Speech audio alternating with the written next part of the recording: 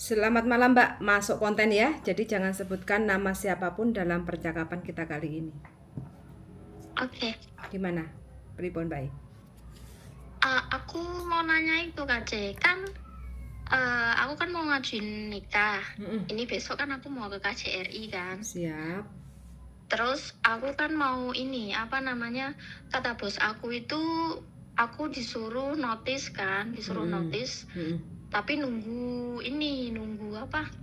Nunggu kan habis dari KJRI kan itu buat translate dokumen. Terus kalau udah selesai kan aku mau ini merit register itu kan. Mau ke merit register terus nunggu nikahnya itu. Nah, nikahnya itu kan rencananya aku mau milih di masjid yang itu Kaulon itu. Nah, tapi bos aku suruh aku notice. Yang aku bingungin tuh gini, kalau dia bilang suruh notice, misalkan hari ini notice, terus nikahku itu nanti bulan depan sekitar mungkin tanggal 1 atau 2, tapi bosku itu kayak udah nggak ada kerja sama lagi sama aku dong, udah nggak ada kontrak lagi sama aku dong. Nah itu kalau misalkan tanggal 2-nya aku nikah, terus tanggal 1-nya posisinya aku udah nggak sama majikan, itu gimana? Aku ada masalah nggak ya? Nggak apa-apa, yang penting sampean izin tinggal di Hongkong masih ada. Kan sampean keluar dari rumah majikan kan masih ada waktu 14 hari. Oh iya, berarti masih aman ya? Masih boleh. Aku tuh kepikiran itu Kak Cel, makanya aku pengen nanya Kak Cel, siapa tahu apa pikiran aku kan bener apa enggak ya, boleh apa enggak ya, pikiran kata temenku juga nggak apa-apa, cuma kan aku pengen memastikan juga gitu loh. Nggak apa-apa. Yang penting selama sampean masih ada izin tinggal di Hong Kong, itu nggak ada masalah. Walau sampean sudah nggak kerja dari rumah majikan, tapi kan sampean masih ada stand waktu 14 hari kan, dihitung dari keluar dari rumah majikan, itu masih boleh. Yang penting sampean harus memegang surat pemutusan kontrak tanggal berapa sampean last day, kayak gitu ya. Supaya sampean nanti tidak terjadi overstay di luar kayak gitu. Jadi dihitung aja kalau seandainya waktunya sudah mepet ya sampai harus segera untuk meninggalkan Hong Kong, boleh ke Makau atau pulang ke Indonesia kayak gitu selepas menikah. Iya, rencananya kan pulang ke Indonesia kan sih. Terus itu misalkan udah nikah itu kita hari itu juga dapat sertifikat nikahnya atau hari berikutnya? Langsung Mbak, selepas ikrar pernikahan itu sampai nanti langsung dapat surat nikah. Surat nikah. Terus kalau kita mau lapor ke KJRI buat minta kutipan surat nikah itu sehari langsung jadi atau gimana? Biasanya nunggu 4 hari deh. Oh, berarti kalau udah langsung dapat sertifikat mending langsung lapor ke KJRI ya, biar Iya nggak langsung biar aja nunggu terlalu lama. Iya, langsung aja kayak gitu. Semua persyaratan udah komplit? Sudah. Alhamdulillah lancar. Terus majikan tahu kalau sampean mau menikah? Sudah. Oke. Sudah tahu. Terus majikan tahu kalau sekarang sampean lagi hamil? Sudah tahu. Tadinya kan aku takut ya, karena dia kan maksa aku buat gini loh, buat kenapa kamu nggak tinggal di sini aja sampai nanti kamu bulan 8 lah gitu, kira-kira bulan 8-an baru kamu nikah ya. Kalau kamu mau daftar nikah sekarang nggak apa-apa, tapi nikahnya nanti gitu kan. Terus aku bilang nggak bisa ya, awalnya tuh mereka tuh kekeh pengen nahan aku gitu loh Kak C.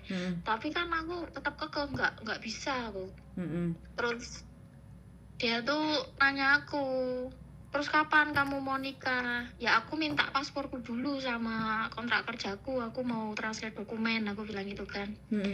Terus dia tuh masih tawar-menawar sama aku, disuruh stay sampai agak beberapa lama gitu. Terus aku bilang, kalau aku di sini lama-lama aku nggak bisa naik pesawat, aku bilang gitu kan. Terus bos aku tuh bilang, kamu hamil gitu? Iya. Nah kenapa kamu nggak bilang gitu, harusnya kamu tuh kalau ada masalah apapun itu kamu bilang. Ya aku mau bilang tapi aku takut. Pikiran aku kan 3 kan, bosku 3 kan, si Uce semua itu udah kayak monster bagiku lah, tidak berani ngomong. Terus udah tahu kayak gini tuh kan mereka tuh jadi memaklumi, jadi nggak nahan aku juga. Terus ya wis nggak apa-apa gitu. Terus ya itu suruh suruh cepat-cepat bikin dokumen gitu kan. Terus dia kan juga nasihati aku, kamu jangan ini loh, jangan kerja berat-berat, jangan naik-naik kursi gini-gini gitu. Jadi tuh aku kayak gimana ya, aku udah kayak gini tapi bosku tuh masih care gitu sama aku loh Kak Jen. Padahal pikirannya sebelumnya takut ya? Padahal pikiran aku tuh sebelumnya tuh waduh semrawut. Tuh sampai efek dari hamil muda ya kayak gitu, negatif thinking. Makanya orang majikan sampean tahu kondisinya hamil masih perhatian kayak gitu. Ya cerewetnya orang Hongkong itu wajar.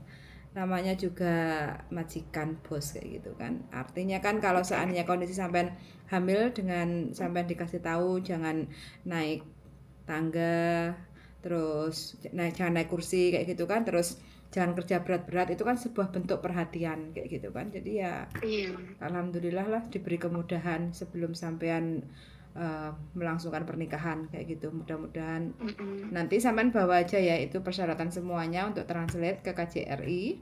Terus habis itu sampean bawa paspor, kontrak kerja, visa, dan Hongkong ID kayak gitu.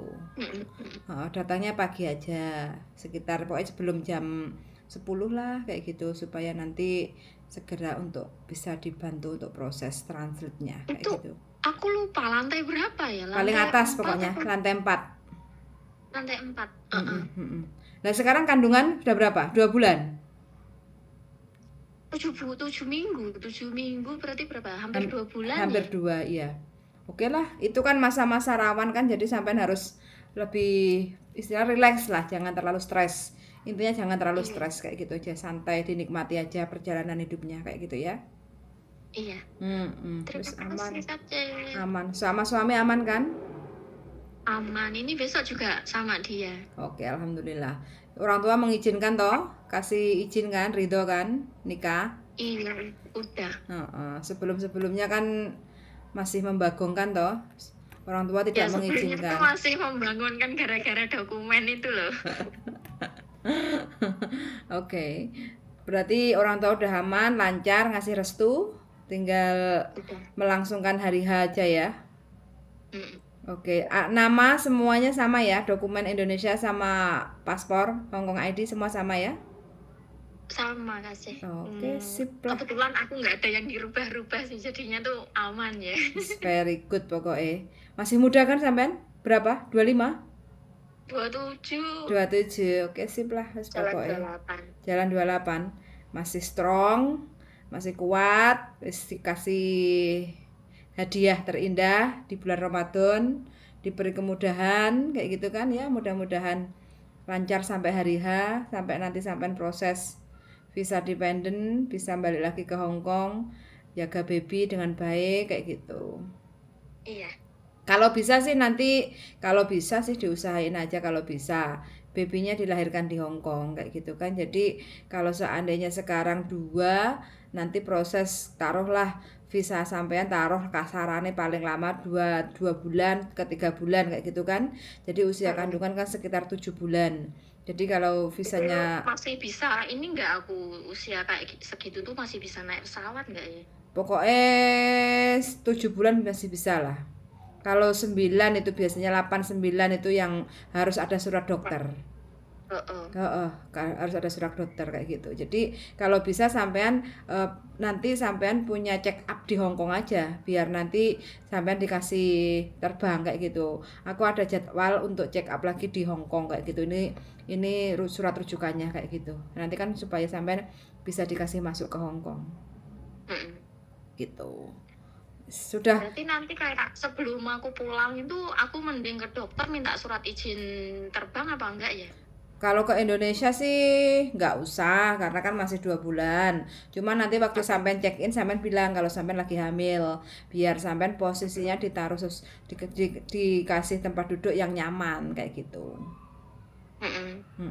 Waktu sampean masuk mau udah nyampe Indonesia kan, kepengen ke Hongkong, kalau seandainya visanya belum turun, nah itu sampean paling tidak ya sampean nanti balik ke Hongkong kalau ada jadwal untuk check up kandungan di Hongkong kan lebih enak kayak gitu. Jadi biar bisa melahirkan di Hongkong. Soalnya nanti kalau sampean melahirkannya di Indonesia, Itu biasanya itu dicek anaknya sampean, nanti sampean harus di DNA bapaknya sama anaknya. Bener nggak ini anaknya dari suami sampean kayak gitu. Kalau lahirnya di Indonesia. Tapi aku belum pernah Check up. check up di rumah sakit loh. Aku cuma ke dokter tok. Waktu itu 1 kali buat cek itu kan masih kecil, katanya belum kelihatan gitu. Jadi suruh balik ke sana lagi, tapi aku nggak ke sana lagi. Lah pikirku nanti aja ini pertengahan April gitu loh, aku mau ke dokter lagi. Boleh lah, yang penting satu-satu dulu lah. Yang penting kondisi sampean sehat, calon baby juga sehat, itu nggak apa-apa. Jadi sampean kerjakan satu-satu dulu. Soalnya kan masih di rumah majikan kan, otomatis waktunya kan belum begitu banyak untuk aktivitas di luar kan kayak gitu.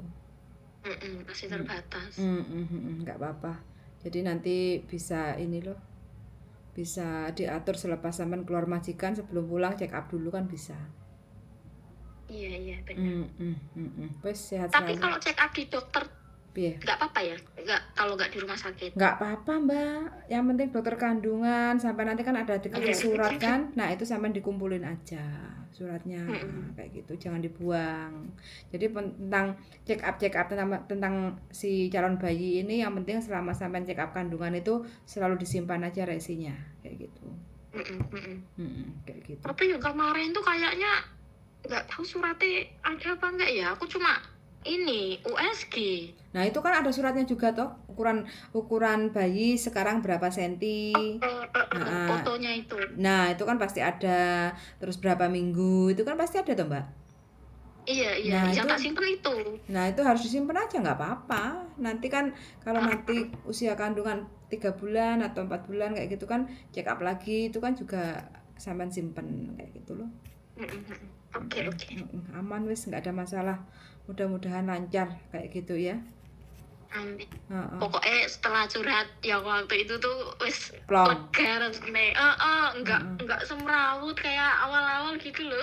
Iyalah, kebanyakan bingung ya wis pasti semrawut kayak gitu. Soalnya kan kebanyakan mikir tapi nggak ada jalan keluar kayak gitu kan. Nah, kalau seperti ini, kalau seperti ini kan satu-satu ditelaah. Oh, harus begini, menjelaskan sama orang tua, sama suami. Oh, ke depannya nanti aku ya udah pulang aja sampai untuk keamanan kehamilan kayak gitu kan. Nah, kalau stres kan itu pengaruh juga tuh nanti kayak gitu kan. Jadi tinggal yang penting calon suami itu yang penting dia tanggung jawab dan tetap mengusahakan sampean untuk proses dependent visa itu udah aman, karena kan sampean di Hongkongnya itu kan karena sponsornya suami kayak gitu kan. Selama suami mau memperjuangkan sampean sih, sampean tinggal santai aja, nggak usah terlalu stres.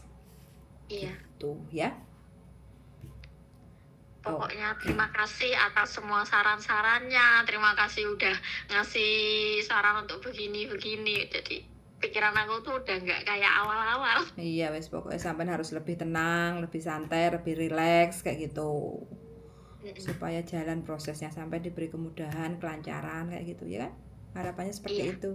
Gitu ya. Oke, sehat selalu. terima kasih Kak C. Sama-sama. Salam juga buat Koko ya. Iya, siap, tak sampaikan nanti ya. Mudah-mudahan. Gitu. Wes, makasih. Selamat istirahat ya Mbak ya. Suwun sangat. Yuk, makasih yuk. Bye-bye. Bye-bye. Oke teman-teman ya, lah ini belum pernah menikah, jadi masih gadis ting-ting, terus ketemu jodoh di Hongkong, alhamdulillah hamil, terus orang tua juga merestui untuk menikah di Hongkong, dan izin ke majikan awal sebelumnya itu semrawut ya, takut deg-degan nanti bagaimana reaksi majikan kalau tahu kita hamil kayak gitu. Alhasil selepas tahu kalau mbaknya lagi hamil kayak gitu, majikan lebih perhatian, lebih harus hati-hati untuk menjaga kesehatan kayak gitu. Artinya masih banyak lah orang-orang yang selalu melindungi kita, memperhatikan kita. Jadi kita harus banyak bersyukur aja ya. Suwun sangat sudah mendengarkan. Mudah-mudahan untuk mbaknya yang mau menikah diberi kemudahan, dan calon bayinya juga diberi kesehatan, sang ibu juga diberi kekuatan kayak gitu ya. Intinya harus pokoknya saling mendoakan yang terbaik aja kayak gitu. Suwun sangat sudah mendengarkan. Congratulations untuk mbaknya, dan see you in the next video. Bye bye.